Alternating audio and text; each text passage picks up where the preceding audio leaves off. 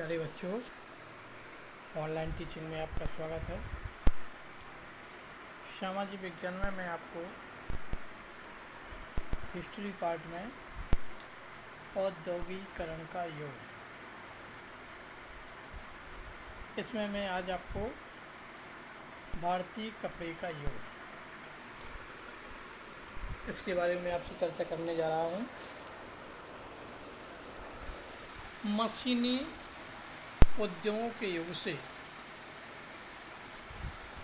पहले अंतर्राष्ट्रीय कपड़ा बाजार में भारत के रेशमी और सूती उत्पादों का ही दबदबा रहता था। जब से मशीन का युग चला, बहुत सारे देशों में मोटा कपास पैदा होता था, लेकिन भारत में पैदा होने वाला कपास महीन किस्म का था। आर्मेनियन और फारसी सौदागर पंजाब से अफ़गानिस्तान, पूर्वी फारस और मध्य एशिया के रास्ते यहाँ की चीज़ें लेकर के जाते थे। यहाँ के बने महीन कपड़ों के साथ थान ऊँट की पीठ पर लाद करके पश्चिमोत्तर सीमा से पहाड़ी दर्रों और रेगिस्तान के पार ले जाए जाते थे। इस तरह से यहाँ पर ये व्यापार चलता था। मुख्य पूर्व औपनिवेशिक बंदरगाहों से फलता फूलता समुद्री व्यापार चलता था। गुजरात के तट पर स्थित सूरत बंदरगाह के जरिए भारत खाड़ी और लाल सागर के बंदरगाहों से जुड़ा हुआ था। कोरोमंडल तट पर मछलीपट्टनम और बंगाल में हुगली के माध्यम से भी दक्षिण पूर्वी एशियाई बंदरगाहों के साथ खूब व्यापार चलता था। निर्यात व्यापार के इस नेटवर्क में बहुत सारे भारतीय व्यापारी और बैंकर सक्रिय थे। वे उत्पादन में पैसा लगाते थे, चीज़ों को लेकर जाते थे और निर्यातकों को पहुंचाते थे। माल भेजने वाले आपूर्ति सौदागरों के जरिए बंदरगाह नगर देश के भीतरी इलाकों से जुड़े हुए थे। ये सौदागर बुनकरों की पेशगी देते थे, बुनकरों से तैयार कपड़ा खरीदते थे और उसे बंदरगाहों तक पहुंचाते थे। बंदरगाह पर बड़े जहाज मालिक और निर्यात व्यापारियों के दलाल कीमत पर मोल भाव करते थे और आपूर्ति सौदागरों से माल खरीद लेते थे। 1750 के दशक तक भारतीय सौदागरों के नियंत्रण वाला यह नेटवर्क टूटने लगा था। यूरोपीय कंपनियों की ताकत बढ़ती जा रही थी।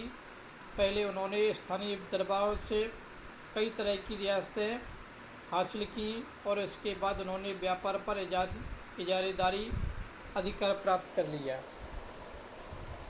इससे सूरत व हुगली दोनों पुराने बंदरगाह कमज़ोर पड़ गए। इन बंदरगाहों से होने वाले निर्यात में नाटकीय कमी भी आई। पहले जिस कर्जे से व्यापार चलता था वह खत्म होने लगा। धीरे धीरे स्थानीय बैंकर दिवालिया हो गए। 17वीं सदी के आखिरी सालों में सूरत बंदरगाह से होने वाला व्यापार का कुल मूल्य 1.6 करोड़ मूल्य रुपये था। 1740 के दशक तक यह गिरकर केवल 30 लाख रुपये ही रह गया। सूरत व हुगली कमज़ोर पड़ रहे थे और बम्बई व कलकत्ता की स्थिति सुधर रही थी। पुराने बंदरगाहों की जगह पर बंदरगाहों का बढ़ता महत्व औपनिवेशिक सत्ता की बढ़ती ताकत का संकेत था। नए बंदरगाहों के जरिए होने वाला व्यापार यूरोपीय कंपनियों के नियंत्रण में था और यूरोपीय जहाज़ों के जरिए होता था। बहुत सारे पुराने व्यापारिक घराने ढह चुके थे। जो बचे रहना चाहते थे उनके पास भी यूरोपीय व्यापारिक कंपनियों का नियंत्रण वाले नेटवर्क से काम करने के अलावा और कोई चारा ही नहीं था। इन बदलावों ने बुनकरों व अन्य कारीगरों की ज़िंदगी को किस तरह से प्रभावित किया। अब आते हैं बुनकरों का क्या हुआ। 1760 के दशक में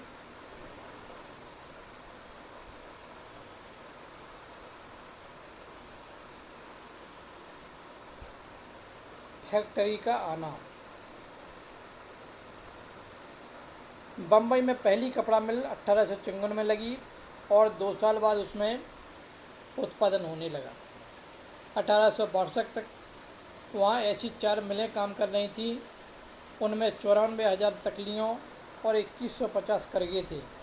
उसी समय बंगाल में जूट मिलें खुलने लगीं। वहाँ देश की पहली जूट मिल 1855 और दूसरी 7 साल बाद 1862 में चालू हुई। उत्तरी भारत में एल्गिन मिल 1860 के दशक में कानपुर में खुली। इसके साल भर बाद अहमदाबाद की पहाड़ी कपड़ा मिल भी चालू हो गई। 1874 में मद्रास में भी पहली कताई और बुनाई मिल खुल गई। ये उद्योग कौन लगा रहा था, उनके लिए पूंजी कहाँ से आ रही थी, मिलों में काम करने वाले कौन थे। इस तरह से यानी फैक्ट्रियों का आना प्रारंभ हो गया। अब है प्रारंभिक उद्यमी। सबसे पहले यानी कौन से उद्यमी आए। देश के विभिन्न भागों में तरह तरह के लोग उद्योग लगा रहे थे। आइए देखें एक कौन लोग थे। बहुत सारे व्यावसायिक समूहों का इतिहास चीन के साथ व्यापार के ज़माने से चला आ रहा था। जैसा कि पिछले साल आपने इसमें पढ़ा। 18वीं सदी के आखिर से ही अंग्रेज भारतीय अफीम को चीन को निर्यात करने लगे थे। उसके बदले में वे चीन से चाय खरीदते थे जो इंग्लैंड जाती थी। इस व्यापार में बहुत सारे भारतीय कारोबारी सहायक की हैसियत पहुंच गए थे। वे पैसा उपलब्ध कराते थे, आपूर्ति सुनिश्चित करते थे और माल को जहाज़ों में लाद करके रवाना करते थे। व्यापार से पैसा कमाने के बाद उनमें से कुछ व्यवसायी भारत में औद्योगिक उद्यम स्थापित करना चाहते थे। बंगाल में द्वारकानाथ टैगोर ने चीन के साथ व्यापार में खूब पैसा कमाया और वे उद्योगों में निवेश करने लगे। 1830 से 1840 के दशकों में उन्होंने 6 संयुक्त उद्यम कंपनियां लगा ली थीं। 1840 के दशक में आए व्यापक व्यावसायिक संकटों में औरों के साथ साथ टैगोर के उद्यम भी बैठ गए। लेकिन 19वीं सदी में चीन के साथ व्यापार करने वाले बहुत सारे व्यवसायी सफल उद्योगपति भी साबित हुए। बम्बई में डेंसा पेटेट और आगे चल कर के देश में विशाल औद्योगिक साम्राज्य स्थापित करने वाले जमशेदजी, नूसरवानजी टाटा जैसे पारसियों ने आंशिक रूप से चीन को निर्यात करके और आंशिक रूप से इंग्लैंड की कच्ची कपास निर्यात करके पैसा कमा लिया था। 1917 में कलकत्ता में देश की पहली जूट मिल लगाने वाले मारवाड़ी व्यवसाय सेठ हुकुमचंद ने भी चीन के साथ व्यापार किया था। यही काम प्रसिद्ध उद्योगपति जी.डी. बिरला के पिता और दादा ने भी किया था। पूंजी इकट्ठा करने के लिए अन्य व्यावसायिक नेटवर्क को सहारा लिया गया। पंजाब मद्रास के कुछ सौदागर बर्मा से व्यापार करते थे, जबकि कुछ के मध्य पूर्वी अफ्रीका से संबंध भी थे। इनके अलावा भी कुछ वाणिज्यिक समूह थे, लेकिन वे विदेश व्यापार से सीधे जुड़े हुए नहीं थे। वे भारत में भी व्यवसाय करते थे। वे एक जगह से दूसरी जगह माल ले जाते थे, सूद पर पैसा चलाते थे, एक शहर से दूसरे शहर में पैसा पहुंचाते थे और व्यापारियों को पैसा भी देते थे। जब उद्योगों में निवेश के अवसर आए तो उनमें से बहुतों ने फैक्ट्रियां लगा लीं। जैसे भारतीय व्यापार पर औपनिवेशिक शिकंजा कसता गया, वैसे वैसे भारतीय व्यवसायियों के लिए जगह सिकुड़ दी गई। उन्हें अपना तैयार माल यूरोप में बेचने से रोक दिया गया। अब वे मुख्य रूप से कच्चे माल और अनाज, कच्ची कपास, अफीम, गेहूं और नील का ही निर्यात कर सकते थे, जिनकी अंग्रेज़ों को ज़रूरत थी। धीरे धीरे उन्हें जहाजरानी व्यवसाय से भी बाहर धकेल दिया गया।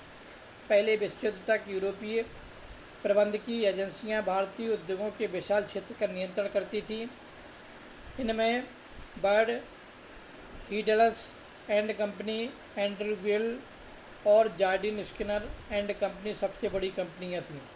ये एजेंसियां पूंजी जुटाती थीं, संयुक्त उद्यम कंपनियां चलाती थीं और उनका प्रबंधन भी संभालती थीं। ज़्यादातर मामलों में भारतीय वित्त पोषक, जो फाइनेंसर कहलाते थे, पूंजी उपलब्ध कराते थे, जबकि निवेश और व्यवसाय से संबंधित फैसले यूरोपीय एजेंसियां ही लेती थीं। यूरोपीय व्यापारियों, उद्योगपतियों के अपने वाणिज्यिक परिसंघ थे, जिनमें भारतीय व्यवसायियों को शामिल नहीं किया जाता था।